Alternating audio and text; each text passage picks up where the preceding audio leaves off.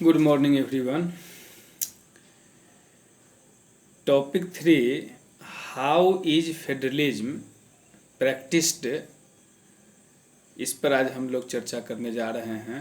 जो federalism chapter का तीसरा टॉपिक और चौथा टॉपिक पर हम लोग आज डिस्कशन करेंगे। इसमें the real success of federalism in India can be attributed to the nature of democratic policies in our country. This ensured that the spirit of federalism, respect for diversity, and desire for living together became a shared ideal in our country. यानी इसका अब हिंदी हम आपको बता दें कि how is federalism practised का कहने का मीनिंग है कि संघवाद भारतवर्ष में या भारतीय संविधान के हिसाब से यह कैसे प्रैक्टिस्ड करता है, कैसे फंक्शनिंग रूप में कार्य करता है। तो कहता है कि हमारे देश में जो लोकतांत्रिक नीति प्राकृतिक रूप से इस संघवाद को सफलतापूर्ण बनाने के लिए डिस्ट्रीब्यूट किया गया है और बेहतर बनाया गया है, और यह सुनिश्चित करता है कि संघवाद इस देश में संघवाद के रूप में जो कार्य करने की प्रक्रिया है, जो कार्य करने की प्रणाली है, उस प्रणाली पर खास करके इसको विभिन्नताओं के रूप में एक दूसरे के साथ यह हम लोगों के देश में यह एक आइडियल हिस्सेदारी के बारे में यह बताता है, आइडियल सोच के बारे में यह बताता है कि यह कितनी महत्वपूर्ण है। एक लोकतांत्रिक देश में संघवाद के रूप में यह काम करना यह कितनी बेहतरीन माना जा सकता है, कितनी बेहतरीन के रूप में यह काम किया जा सकता है, इसके बारे में यह चीज़ बताता है। Some of the ways that strengthened the federalism are, कहता है कि फेडरलिज्म की यानी संघवाद की कुछ वे है जो जिस पर वो कार्य करता है, जिस पर संघवाद संवैधानिक और लोकतांत्रिक देशों में जिस प्रकार से इसकी फंक्शंस है, उस फंक्शंस के बारे में वह उसका वे क्या है। तो एक है लिंग्विस्टिक स्टेट्स पॉलिसी, इसको हम कहते हैं भाषायिक राज्य नीति। दूसरा है लैंग्वेज पॉलिसी, भाषा नीति। और तीसरा है सेंट्रल स्टेट रिलेशन, केंद्र राज्य संबंध। और चौथा है कोलिजन गवर्नमेंट, जिसको गठबंधन की सरकार। अब एक एक करके हम इसमें चर्चा करेंगे कि क्या है कोलिजन की गवर्नमेंट, क्या लिंग्विस्टिक स्टेट्स है, किसी देश में राज्यों का विभाजन कैसे होता है, इसके बारे में हम पहला पॉइंट पढ़ रहे हैं उसका इन डिटेल कि 1947 में the boundaries of several old states of India were changed in order to create new states. कहता है कि उसके बाद जो देश के जो बाउंड्रीज था या देश की जितनी हिस्से थी, जितने देश के इंटरनल पार्ट में स्टेट थे, उसमें से कुछ पुराने स्टेट को न्यू स्टेट में परिवर्तन करने का प्रयास किया गया, सुनिश्चित किया गया और उसको विभाजित किया गया। लेकिन ये भी जानना जरूरी है कि उस राज्य में विभिन्न तरह के लोग रहते हैं, विभिन्न धर्म के लोग रहते हैं, अलग अलग भाषा बोलने वाले लोग रहते हैं। तो सेम लैंग्वेज के रूप में उस देश में सेम स्टेट में निवास करता है, तो भाषा के भी आधार से हो सकता है। Some state were created on the basis of culture geographical conditions. कुछ स्टेट का क्रिएशन जो है, कुछ स्टेट की विभाजन जो है, वह भौगोलिक रूप में और सांस्कृतिक रूप में भी किया गया, जैसा कि नागालैंड, झारखंड और उत्तराखंड की नामों का चर्चा है।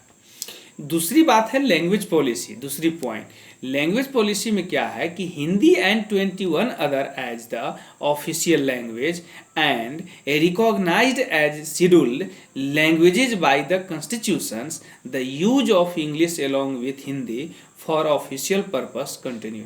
कहता है हिंदी को छोड़ करके इस देश में मान्यता प्राप्त, जो संवैधानिक मान्यता प्राप्त अनुसूची के रूप में 21 भाषा है। हम जानते हैं कि संविधान की 8वीं अनुसूची में भाषाओं को मान्यता प्राप्त करने का यह शेड्यूल है, जिसके अंतर्गत मान्यता दी जाती है। तो 21 भाषा हैं और इस भाषाओं में हम विभिन्न विभिन्न कंपटीशंस के रूप में अलग अलग रूपों में इस भाषा का प्रयोग हम कर सकते हैं, जो मान्यता प्राप्त हो चुका है। और ख़ास करके इंग्लिश और हिंदी को ऑफिशियल पर्पस के रूप में कंटिन्यू इसको किया गया। और आगे point 3, for a long time the same party ruled both at the centre and the most of the states where state government did not exercise their rights as autonomous federal units.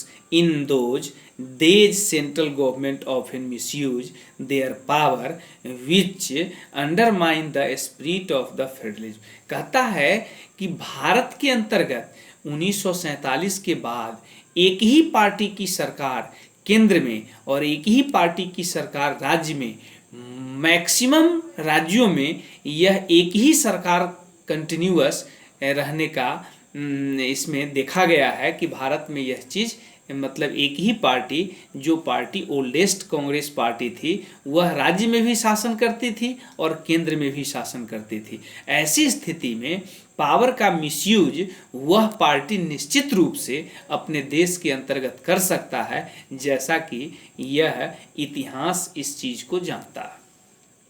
और ऐसी स्थिति में संघवाद निश्चित रूप से विघटित होने की स्थिति को देख सकता है।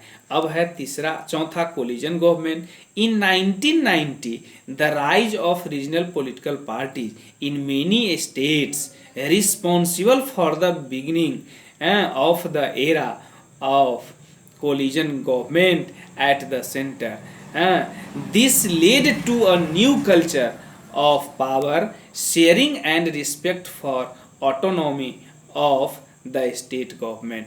कहा जाता है कि 1990 के बाद भारत में क्षेत्रीय पार्टियों की उत्पत्ति बड़े पैमाने पर होने लगे और यही कारण है कि सेंट्रल में कोलिजन गवर्नमेंट बनाने की परंपरा शुरुआत होने लगी और सेंटर में किसी एक पार्टी की बहुमत की सरकार नहीं बन पाई और क्षेत्रीय दलों के साथ नेशनल पार्टी गठबंधन करके और कोलिजन की सरकार बनाने का काम किया।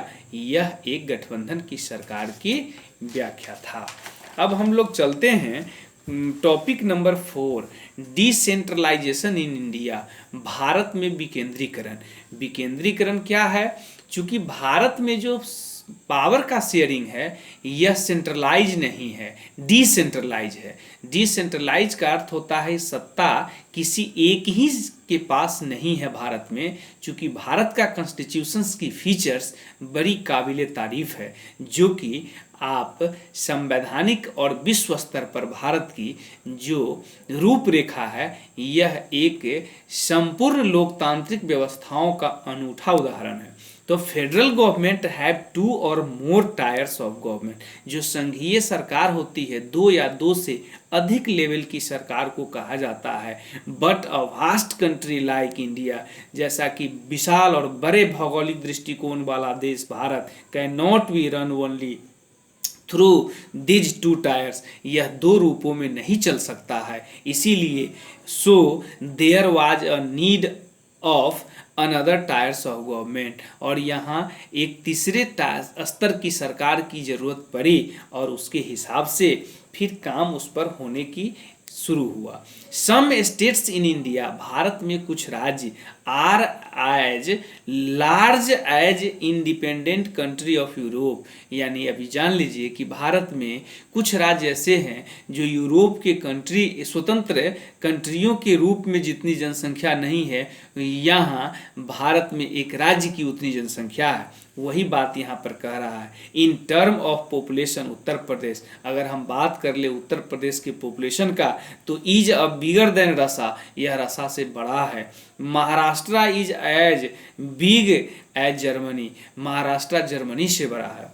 सो इसीलिए when power is taken away from central and state government and given to local government, और इसीलिए जब इतनी बड़ी लोकतांत्रिक व्यवस्थाओं को कंट्रोल करने की बात है, तो केंद्र और राज्य सरकार दोनों मिलकर के एक तीसरी सरकार को बनाने का कार्य किया, जिसको हम डिसेंट्रलाइजेशन कहते हैं। People can directly participate in decision making to inculcate habit of democratic participation, कहता है कि लोग प्रत्यक्ष रूप से इस निर्णय के रूप में पार्टिसिपेट होते हैं और यह एक लोकतांत्रिक भागीदारी के रूप में सुनिश्चित करता है। There are large problems and issues, यानी इसमें बहुत सारी समस्या और मुद्दा हो सकते हैं, which are best settled at the local level, और इसको सबसे अच्छा अस्थायी रूप से स्थापित करने के लिए स्थानीय स्तर पर, because people have better ideas, और लोगों की अच्छी विचारधाराएं, where to spend and how to spend efficiently, कैसे इस चीज़ को बिताया जाए, कैसे इसको बनाया जाए, इसके बारे में वह प्रयास करेंगे। In the beginning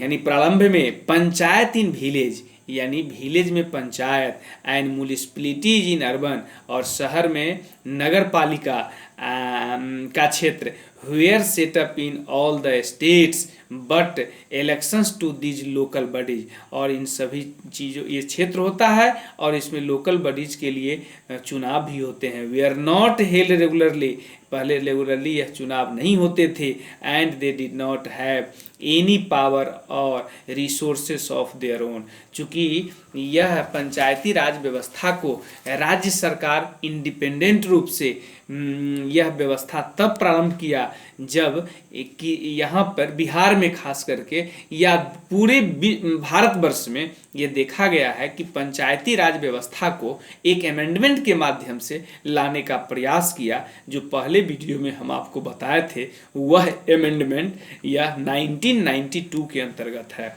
the constitution was amended 1992 to make third tiers of government more powerful and effective. 1992 में संवैधानिक संशोधन के माध्यम से तीसरे स्तर की सरकार को शक्तिशाली और प्रभावी बनाया गया।